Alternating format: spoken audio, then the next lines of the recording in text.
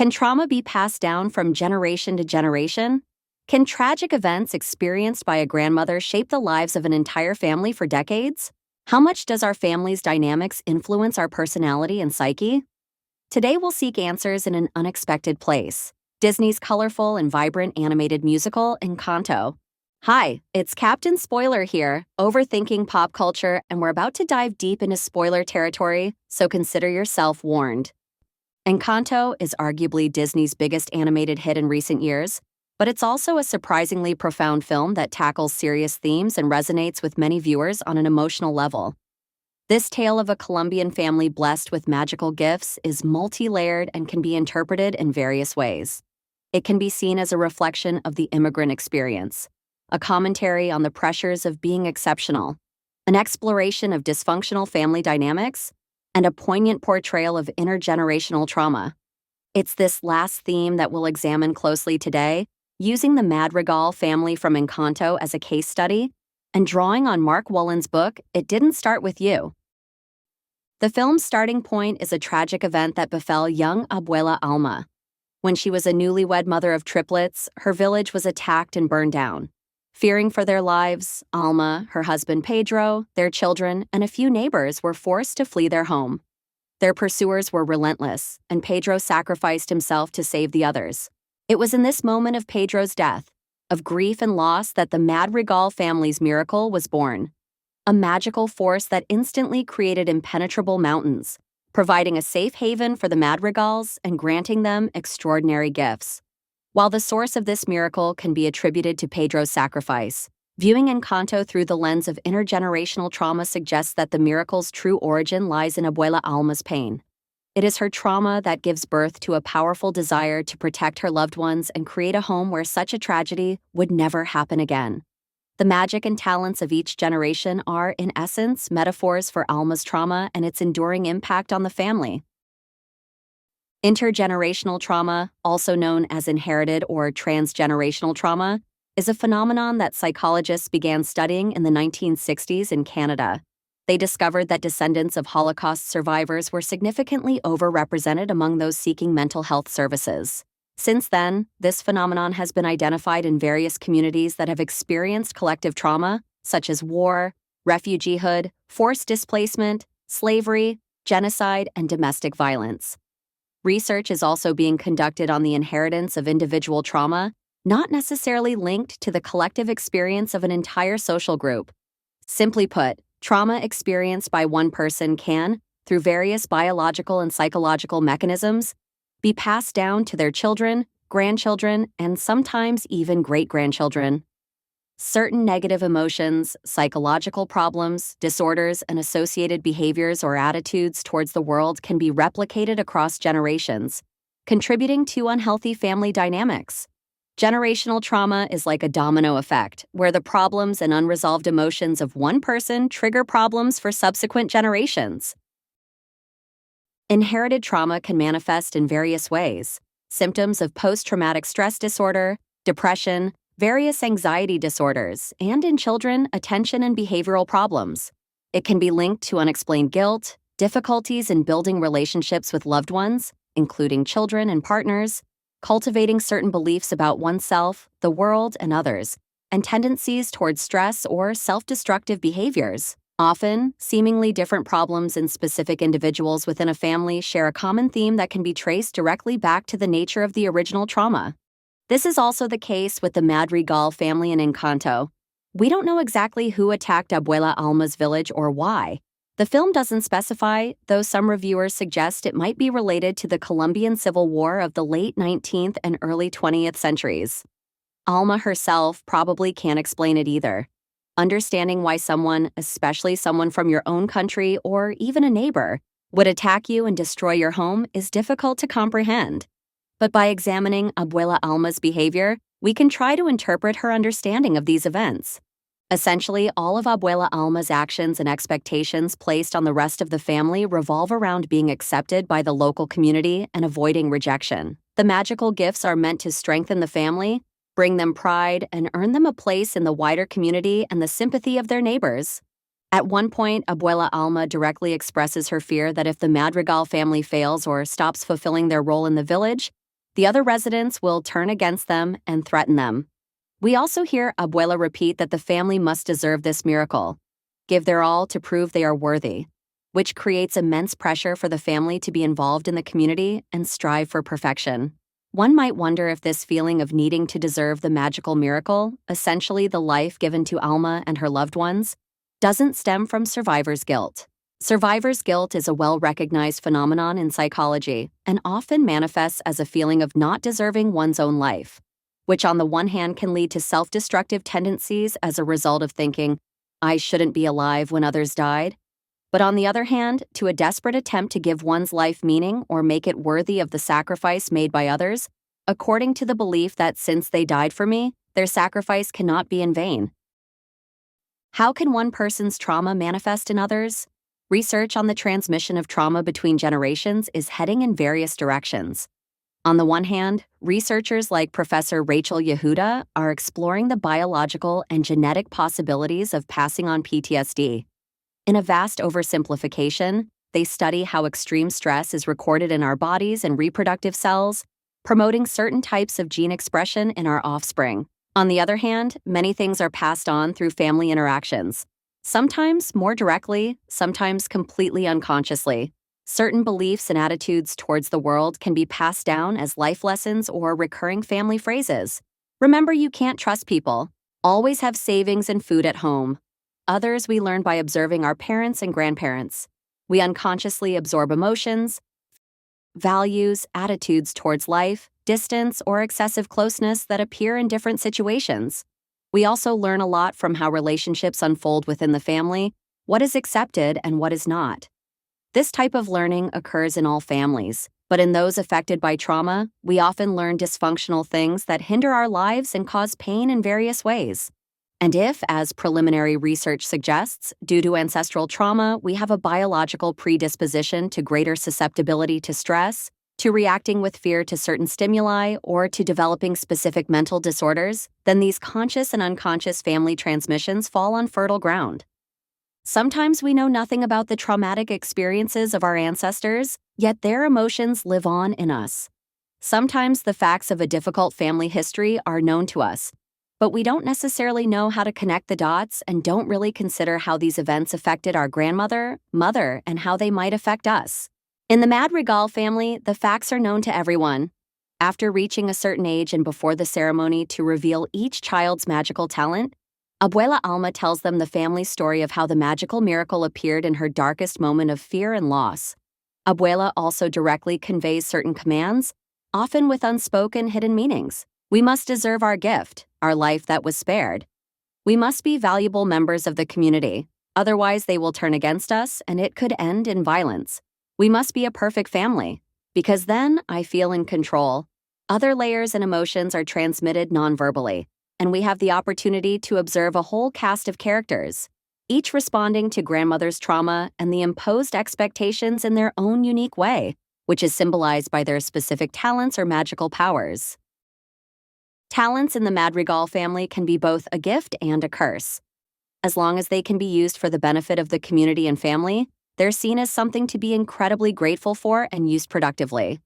But when the nature of the talent or how it's used becomes inconvenient for the family and threatens its fragile, unhealthy balance, the talent suddenly becomes a curse, and its possessor is excluded, marginalized, or dismissed as someone not to be taken seriously. The magical talents in Encanto symbolize, on one hand, the traits activated in subsequent individuals by family trauma, and on the other, the way of coping with this trauma and the complex family relationships built upon it. Characters' personality traits and talents themselves aren't inherently bad and can be useful, but the problem arises when they spiral out of control or are taken to extremes. The matriarch of the family seems to have no magical powers, but it's her pain that unleashed all this magic and allowed her to create a safe haven for her family.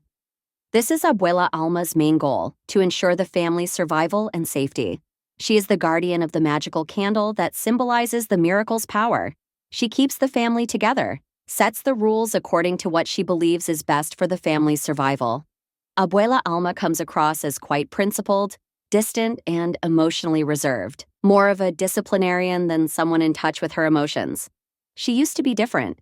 In scenes from her past, we see a younger Alma who was much more free-spirited, joyful, warm, and spontaneous, even in her body language. But then she went through something terrible, and it changed her forever.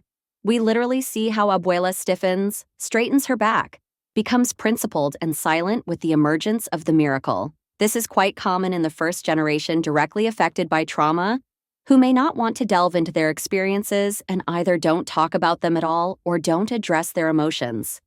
They may also be emotionally unavailable and unresponsive to the needs of their loved ones. Abuela Alma prefers to act and organize the life of the family and the local community to prevent anything similar from happening again. She needs to control her environment and the people around her, which may be a way to soothe her inner fear and respond to the traumatic situation in the past where she completely lost control of her life. She was torn from her home, lost her husband, and had to start over alone. Abuela has high standards for herself and everyone else, as if meeting these standards can protect her from another unpredictable catastrophe. She also imposes a pattern of maintaining appearances, sweeping problems and emotions under the rug, so that openly addressing them doesn't threaten the family's position and internal cohesion, even if it's a cohesion built on rather dysfunctional mechanisms. In a sense, Abuela is in denial, refusing to acknowledge reality. She assures everyone that everything is fine, even when the house is starting to fall apart. It's very difficult for her to see how her fears and attempts to remedy them affect her children and grandchildren, because for a long time she doesn't really see them as they are, but tries to fit them into her vision of a safe world. While Alma cuts herself off from her emotions and hides everything inside, her daughter Pepa is almost a walking emotion. Pepa's magical talent is weather control, and in her case, the gift is directly linked to her emotional states, making them easily observable when rain or storm clouds gather above Pepa's head. Practically throughout the entire film, Pepa is overly emotional and expressive, struggling to control her feelings and repeatedly showing dark clouds when she's sad, angry, or scared. The magical gift of Alma gave her daughter all the emotions that the mother herself didn't express, in excess and without a model for how to deal with them in a healthy way. We see Pepa trying hard to control herself, to hold back her emotions and fit into the family pattern of hiding what's inside, because she knows her emotions affect everyone else and aren't accepted. But she's not very good at it, and those emotions always find a way out. In a situation where neither the head of the family, nor, for that matter, the other members, talk about what they feel and what hurts them, because there's not really permission to do so, Pepa becomes a kind of outlet and expression of all the unspoken emotions circulating in the family, or a mirror reflecting the hidden emotions of others. And although the family constantly reprimands her, treats her a bit like an unpredictable person who can't be taken seriously, and never asks her if everything is okay and how they can help, Pepa is needed by the whole system to vicariously express what others can't. The second of the triplets and mother of the film's main character, Julieta, follows in the footsteps of the family matriarch in a way. She's the caregiver, the one who looks after everyone. Julieta's power is healing through food, a very obvious symbol of someone who cares about everyone around her, their basic needs, health, well-being. She also cultivates relationships, as we see her intervene when Abuela is too harsh with someone. Julieta is the family caregiver, but also the one of the three siblings who seems best adjusted. Because trauma doesn't affect everyone in the same way, while one child is overwhelmed by it, something may happen to protect another. Perhaps in Julieta's case, the protective factor was a similar intention she shared with her mother. If she showed caregiving and concern for the family from a young age, maybe Alma saw her differently from her other children, and their relationship was closer and warmer. It might have been easier for Julieta to naturally fulfill her mother's expectations, which ultimately helped her grow into a healthier person. At the same time, Julieta seems to be somewhat pushed into the background. The more expressive family members, meaning those more disturbed or openly challenging the established order, occupy much more space. She remains in the shadows, working quietly to care for everyone, even if her role isn't always appreciated as it should be.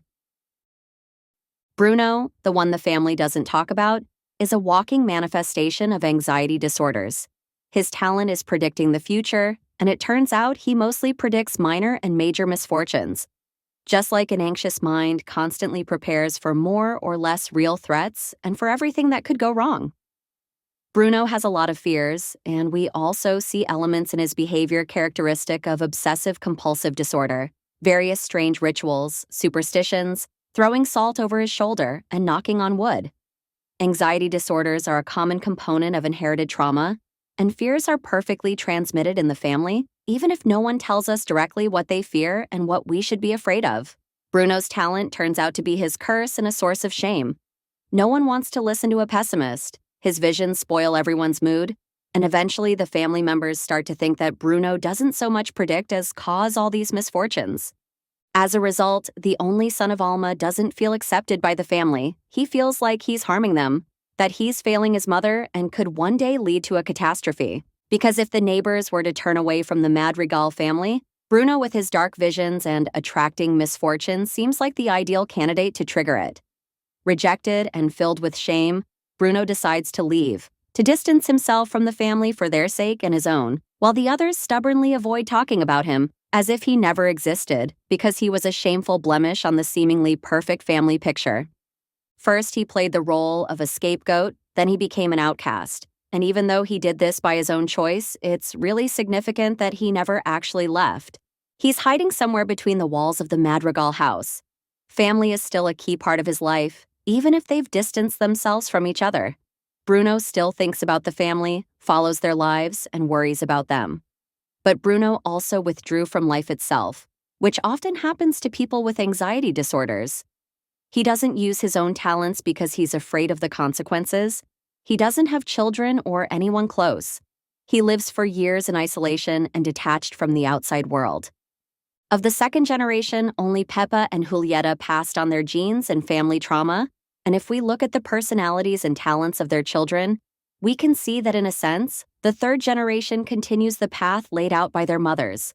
And so, children of Pepa, who vicariously expresses emotions for the rest of the family, also try in their own way to patch up various dysfunctions in the family system.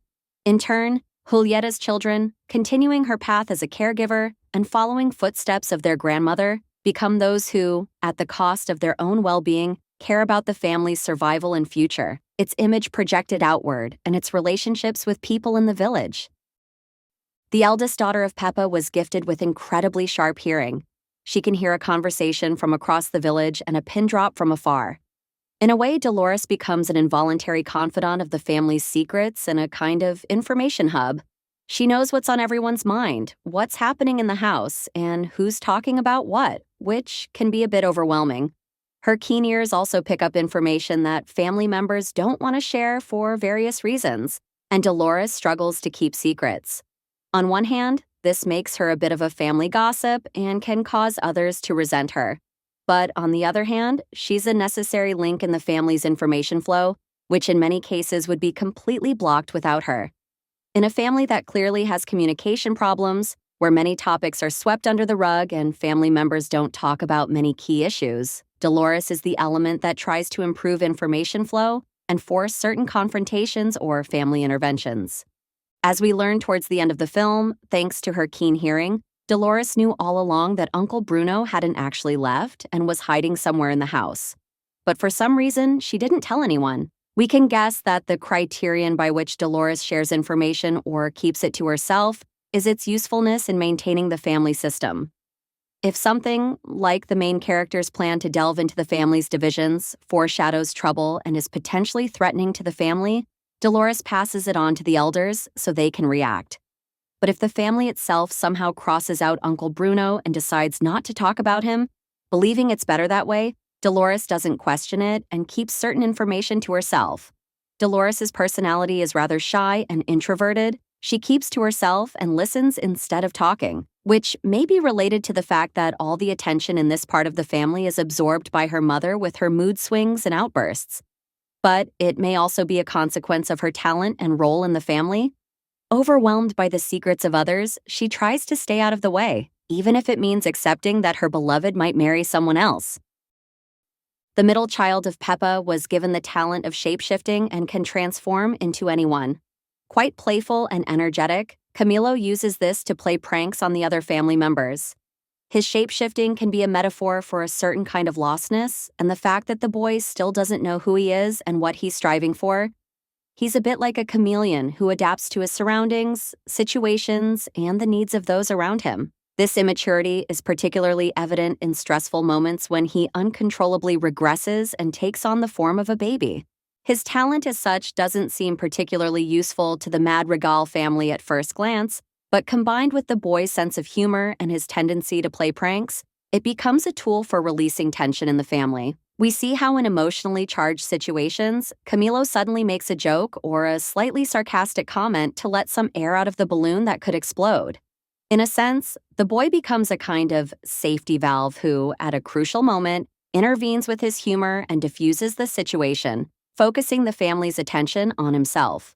In families with a lot of tension and due to Pepa's emotional instability, there's a lot of it in this part of the family. One of the children often takes on the role of the clown and tries to ease various situations with humor, even if they sometimes get into trouble for this. For Camilo, humor becomes a response to family trauma, disturbed relationship dynamics, and the need to calm his own mother and take care of her, because these are things the young boy can't handle in any other way. The youngest son of Pepa and the youngest child in the family is the one on whom we observe the ceremony of revealing the magical talent and, in a sense, assigning a role in the family. The charming, empathetic, and caring boy becomes literally and figuratively a symbol of hope for change.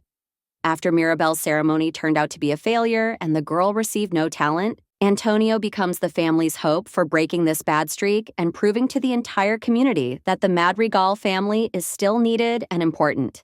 We see how much weight the family places on his ceremony and how much pressure is put on him. But Antonio, along with Mirabel, also becomes the family's hope for real change, someone who can break the cycle and initiate healthier relations. Due to his very young age, Antonio doesn't quite understand what's going on in the family and how all its unhealthy mechanisms work, and in this sense, he represents a fresh perspective and openness. His talent turns out to be the ability to communicate with animals. He literally starts to speak a different language than the rest of the family. At the same time, Antonio is present in all the important scenes. Initially, the creators planned for him to accompany Mirabel on her entire journey to heal the family. They eventually changed the concept, but Antonio, like Mirabel, as the youngest children in the family, become those who have a chance to break the cycle and put the family on the path to healing. Luisa, the eldest daughter of Julieta and sister to the main character, shows that even if their mother seemed healthy and well-adjusted, trauma can skip a generation from grandmother to granddaughter. Luisa is literally and figuratively the strong one. She lifts superhuman weights and serves the village in this way, but at the same time, she feels the pressure to be strong for all the other family members. Her powerful solo song reveals that Luisa feels like she's carrying the weight of the entire family on her shoulders, and if she allows herself a moment of weakness or distraction, the whole family structure will collapse, and she will be the one responsible.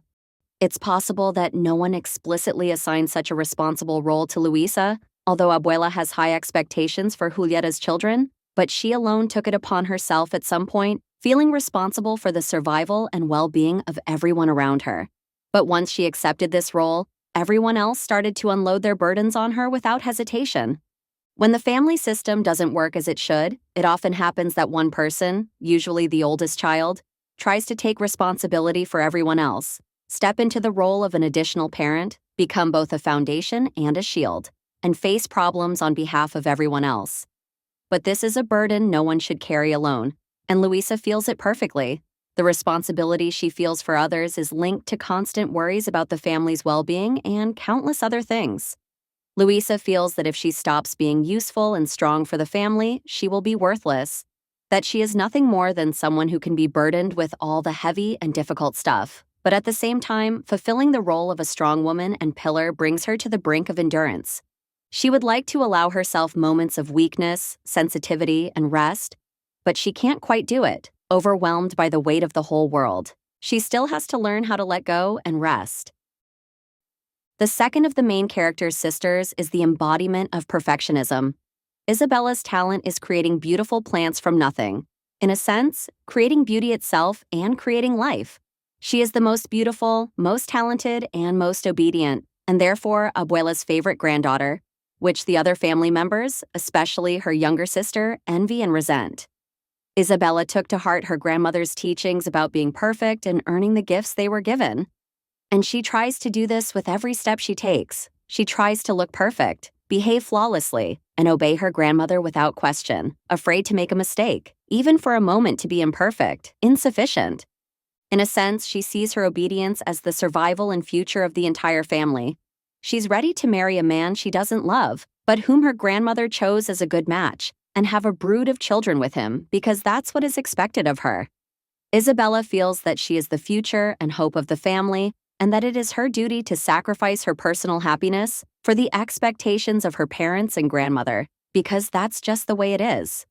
She secretly dreams of a different life, more freedom, better self-knowledge, and the realization of her own, not others' goals, of something unpredictable. She feels trapped in her role and in perfectionism, but breaking through and turning off the automatic obedience mode is difficult for her, and she needs inspiration from her younger sister. The film's protagonist, Mirabel, the youngest daughter of Julieta, quickly became the family sensation. When it came time for her gift-giving ceremony, she was not blessed with any magical ability. It was a painful blow for everyone, but perhaps most of all for Abuela Alma, who was terrified that the miracle protecting Madrigals for so many years might be ending, and with it, the well-being of the entire family. Mirabel herself felt inadequate, ashamed, unworthy, and out of place. It soon became clear that she was treated as such, like a shameful, ordinary outcast in a family full of extraordinary individuals. Mirabel desperately wants to be part of the family, and she's proud of her loved ones. She goes out of her way to serve the family but is still pushed aside as a black sheep and another embarrassing family secret. She tries her best, starting each day with the mantra of, "Make the family proud," yet she never seems to be enough. Her loved ones, especially her grandmother, make her feel different and inadequate, encouraging her to stay in the shadows and not remind the whole village of her failure to receive a gift. In a sense, Mirabel took on the role of Uncle Bruno, the family's great disappointment and the person who threatened the family's unity. This becomes even more evident when Mirabel is the first to notice the family's dysfunction and the impending cracks in their foundation, symbolized by the crumbling walls of their magical house. But like in many families that cling to dysfunction to maintain a sense of balance, Mirabel's attempts to point out the problems are met with resistance and rejection. Like Uncle Bruno before her, she becomes the scapegoat, blamed for causing problems and conflicts, when in reality, she was simply trying to reveal the truth that the family didn't want to accept. Always feeling isolated, Mirabel becomes even more alone, yet she stubbornly persists in her efforts to prevent the family's collapse, which only she seems to notice, or at least is willing to acknowledge. She becomes a healer of sorts, much like her mother, but on a much larger scale. She takes on the ungrateful task of uncovering the truth about their family relationships and confronting each member of the Madrigal family with it. She teaches herself, and eventually also everyone else, to see themselves and their family members as people first, rather than as a collection of magical abilities and assigned roles. She makes them recognize that they are more than just the roles they play, that they have the right to their own feelings, to make their own decisions, and to care for themselves as well as the family. She teaches them to appreciate their loved ones simply for who they are, not for the contributions they make to the family's grand history. She shows them the path to mutual understanding and empathy. And finally, like a detective, she gets to the heart of the matter, to the trauma that forever changed Abuela Alma, and helps her grandmother understand her role in passing that trauma on. In doing so, she approaches the situation with understanding and empathy rather than blame. Even though she still remembers various instances when her grandmother and the rest of the family had treated her unfairly.